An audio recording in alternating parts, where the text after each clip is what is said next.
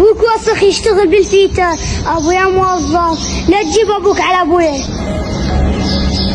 ها بطوط، با اخوي شوف هم وين قاعدين، احنا لابسين احلى لبس، ابويا راح ياخذنا المسبح، ابوهم ما ياخذهم.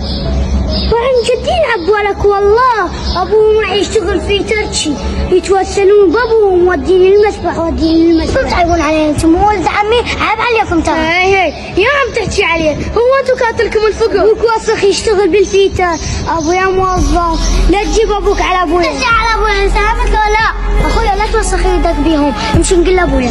ولا ما قلت لابوكم، اصلا احنا زايده نحكي وياكم. عفوا اخويا، اليوم ما لزمناهم، باكر نلزمهم، يلا نمشي. اوف والله السيارة تعبتني حيل، ما ادري شو اسوي لها. ها بابا الله يساعدك. هلا بولدي، خير ايش رايدين؟ بابا كنا قاعدين يم البيت اجوي ميمو ويوسف ولد عمي يقولوا لي انتم في جوا ما تروحون المسبح، ما يغلطون علينا وعليه. بابا ايش عندكم وياهم؟ انا 1000 مرة موصيكم لا تفترون وياهم، هذا ابوهم موظف عنده امكانية، ما تشوفون ابوكم فيته؟ احنا قاعدين هم جوي علينا. والله بابا صحيح. مو شريك من عندكم؟ اثنيناتكم ابوجكم على البيت، يلا تاخذنا المسبح؟ اوف شلون كسروا خاطري هذول الجهال، الا على عناد اخويا وولد اخويا، الا اوديكم للمسبح. تعال بطوط، تعال ابني يلا، تعال جيب اخوك تعال. بابا صدق قاعد تودينا المسبح. يس يلا حبيبي، صعدوا اثنيناتكم هسه ونسكم، تعالوا يلا. عشتينا بابا. حبيبي ايش عندي غيركم؟ بابا جبت لكم احسن مسبح بكركم، اقوى بارك. بابا يمكن هم هناك.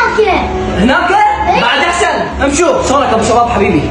يا اهلا وسهلا علي، تفضلوا شو رايدين؟ حبي انطيني شغلات مال المسبح لذول الصغار. يعني تدلل، عندنا شورتات وعندنا مناظر لهم وعندنا تشوبات ذات حيل اللي يعجبك.